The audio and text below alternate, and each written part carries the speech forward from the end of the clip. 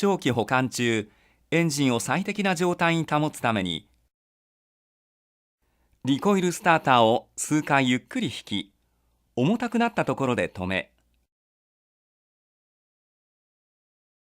点火プラグを取り外し、その後、プラグ穴にエンジンオイルを約 2,3cc 入れておきます。